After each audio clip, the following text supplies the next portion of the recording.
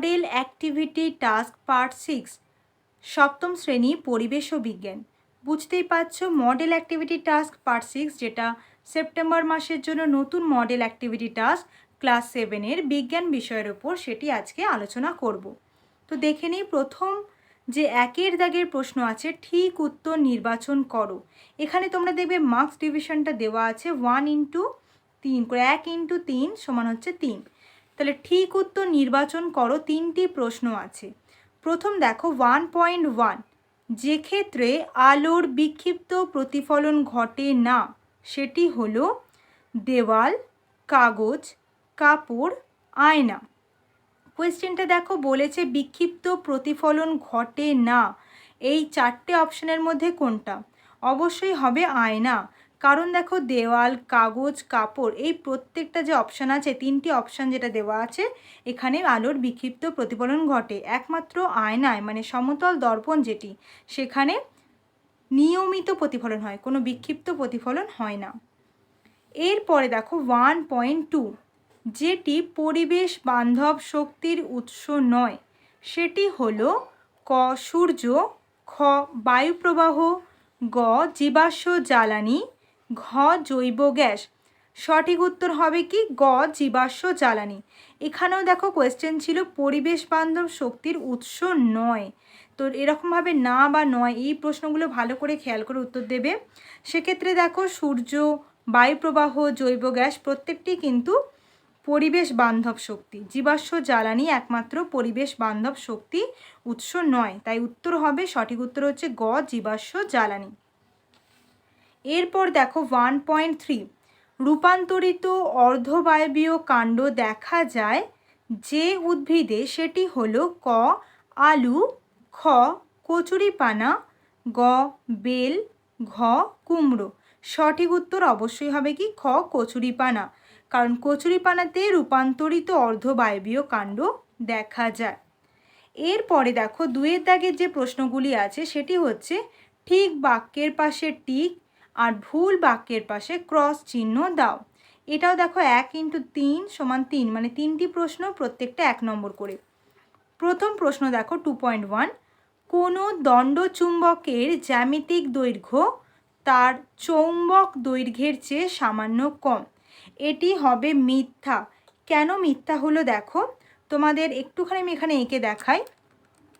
যদি আমি এখানে একটা দণ্ডচুম্বক অঙ্কন করে দেখাই, জাস্ট বোঝানোর জন্য এটা অঙ্কন করে দেখাচ্ছি। এটা একটি দণ্ডচুম্বক যার একদম এই প্রান্ত থেকে এই প্রান্ত পর্যন্ত এই গোটা যে দূরত্ব, এখান থেকে একদম এই প্রান্ত পর্যন্ত দূরত্বকে বলা হয় দণ্ডচুম্বকের জ্যামিতিক দৈর্ঘ্য।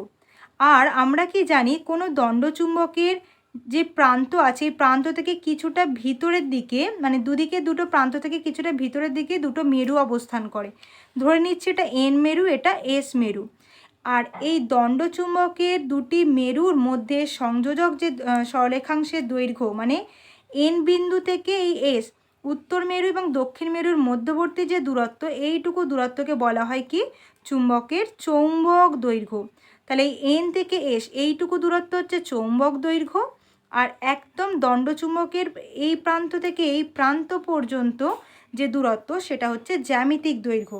তাহলে তোমরা দেখতেই পাচ্ছ জ্যামিতিক দৈর্ঘ্যটা তার চৌম্বক দৈর্ঘ্যের চেয়ে অবশ্যই বেশি বা বড়, তাই জন্য অবশ্যই কম নয়, এটি মিথ্যা। বা আর একটাও তোমরা ভাবতে পারো, তোমরা একটা ফর্মুলা পড়েছো যে কোনো চুম্বকের মানে দণ্ডচুম্বকের চৌম্বক দৈর্ঘ্য সমান হচ্ছে চুম্বকের জ্যামিতিক দৈর্ঘ্য ইন্টু 0.86।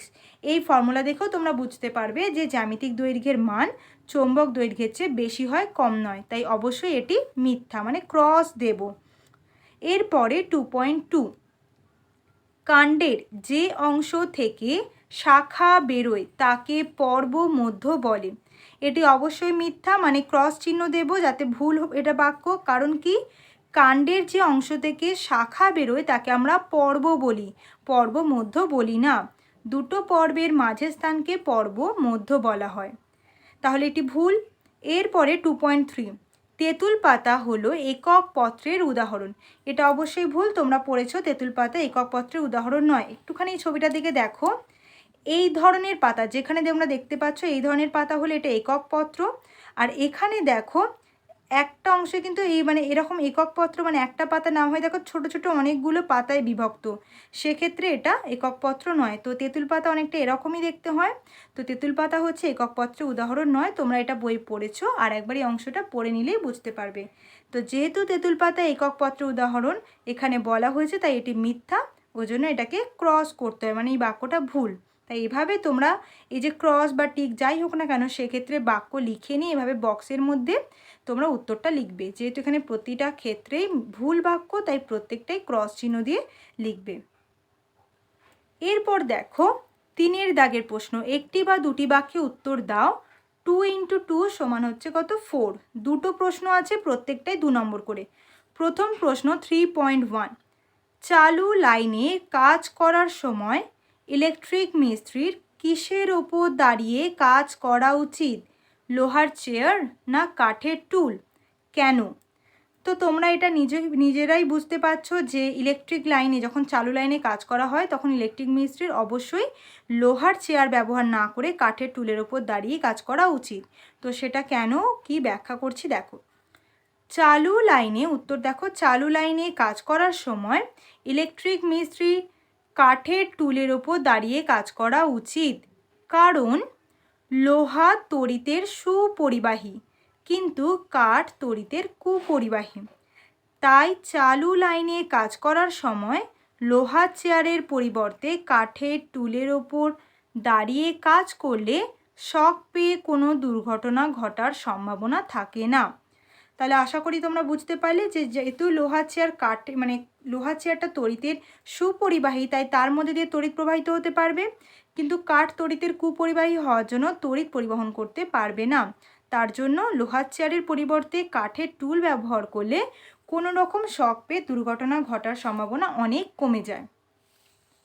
এরপর দেখো 3.2 দেখো, উদ্ভিদের মূলের প্রধান কাজ কি কি? উত্তর, উদ্ভিদের মূলের প্রধান কাজ হলো সাধারণত 2 রকম হয়, একটা হচ্ছে যান্ত্রিক কাজ আর একটি হচ্ছে শারীরবৃত্তীয় কাজ। যান্ত্রিক কাজ কি দেখো, মূল উদ্ভিদকে মাটির সঙ্গে দৃঢ়ভাবে আবদ্ধ রাখতে সাহায্য করে, এটা হচ্ছে যান্ত্রিক কাজ, এভাবে পয়েন্ট করে লিখবে। সেকেন্ড হচ্ছে দেখো শারীরবৃত্তীয় কাজ, এখানে দুটো পয়েন্ট আছে। প্রথম পয়েন্ট হচ্ছে মূল দ্বারা উদ্ভিদ মাটি থেকে জল ও জলে দ্রবীভূত খনিজ লবণ শোষণ করে। আরেকটি পয়েন্ট লিখবে, কিছু কিছু মূল ভবিষ্যতের জন্য প্রয়োজন মতো খাদ্য সঞ্চয় করে রাখে, এর একটি উদাহরণ কিন্তু মূলও। নেক্সট প্রশ্নে আসি, 4 দাগে 3-4টি বাক্যে উত্তর দাও। 3 × 2 সমান হচ্ছে 6 মানে 6। এখানে দুটো প্রশ্ন আছে, প্রত্যেকটা 3 নম্বর করে পূর্ণমান। 4.1 দেখো, সূচিছিদ্র ক্যামেরার ছিদ্রটি বড় করা হলে প্রতিকৃতির কি পরিবর্তন হবে? ব্যাখ্যা করো। দেখো উত্তরটা কি লেখা হয়েছে, সূচিছিদ্র ক্যামেরার ছিদ্রটি বড় করা হলে প্রতিকৃতি অস্পষ্ট হবে, এটা অবশ্যই লিখবে। তোমরা চাইলে এই জায়গাটা হাইলাইট করতে পারো, মানে আন্ডারলাইন করে দেবে। অস্পষ্ট হবে, সাধারণত একটি বড় ছিদ্রকে অসংখ্য ক্ষুদ্র ক্ষুদ্র ছিদ্রের সমষ্টি রূপে কল্পনা করা হয়, সেই জন্য প্রতিটি ক্ষুদ্র ছিদ্র একটি করে প্রতিকৃতি সৃষ্টি করে, কিন্তু এই প্রতিকৃতিগুলির অবস্থান ভিন্ন ভিন্ন স্থানে ও পরস্পরের খুবই কাছাকাছি হয়, এই জন্য অস্পষ্ট দেখায়। সেই কারণে সূচিছিদ্র ক্যামেরার ছিদ্র যথাসম্ভব ছোট করা হয় যাতে স্পষ্ট প্রতিকৃতি সৃষ্টি হয়। এই লাইনটা তোমরা ইচ্ছা করলে লিখতে পারো, নাও লিখতে পারো, কারণ প্রশ্নে বলা হয়েছিল সূচিছিদ্র ক্যামেরার ছিদ্রটি বড় করা হলে প্রতিকৃতির কী পরিবর্তন হবে ব্যাখ্যা করো।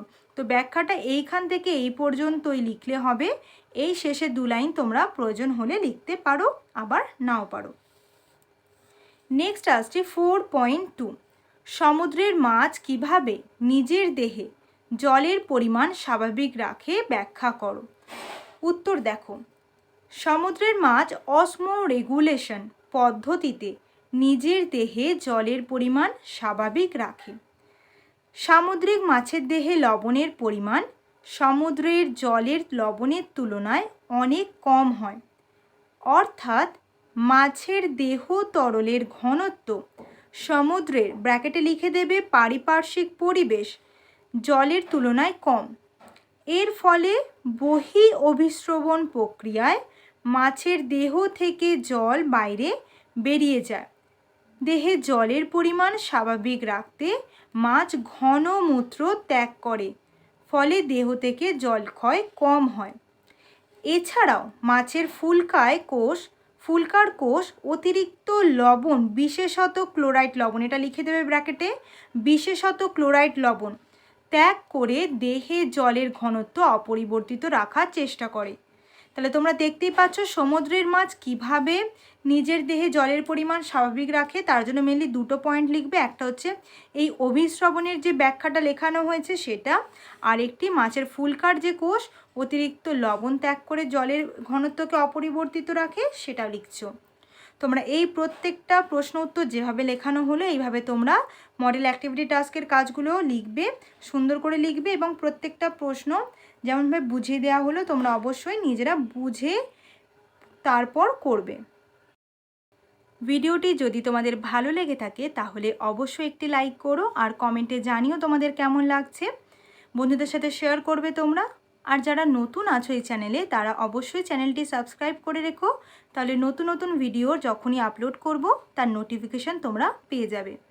আর ভিডিওটি শেষ পর্যন্ত দেখার জন্য সকলকে অনেক ধন্যবাদ। তোমরা ভালো থেকো, সুস্থ থেকো।